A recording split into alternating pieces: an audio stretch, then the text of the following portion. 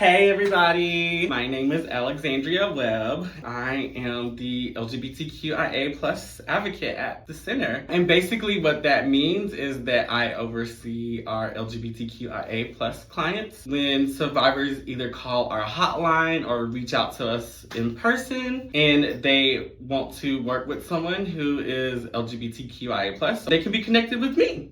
LGBTQIA plus survivors face a unique circumstance, especially in our current administration, where our lives and us as people are literally being erased. So what that requires is advocates to not only be able to speak about real life lived experiences and be able to relate to folks that identify as LGBTQIA+, but also in navigating systems such as court, law enforcement, things of that nature. For LGBTQIA plus survivors, we deal with circumstances such as not being believed, dealing with lack of education around our identities and our lifestyle. So I help bridge that gap between law enforcement and other agencies that might not have the education or the competency to deal with LGBTQIA plus individuals. If a survivor wants to work with an LGBTQIA person, all they have to do is call our hotline and say, I would like to connect with someone who is LGBTQI. And I pop up like a fairy godmother.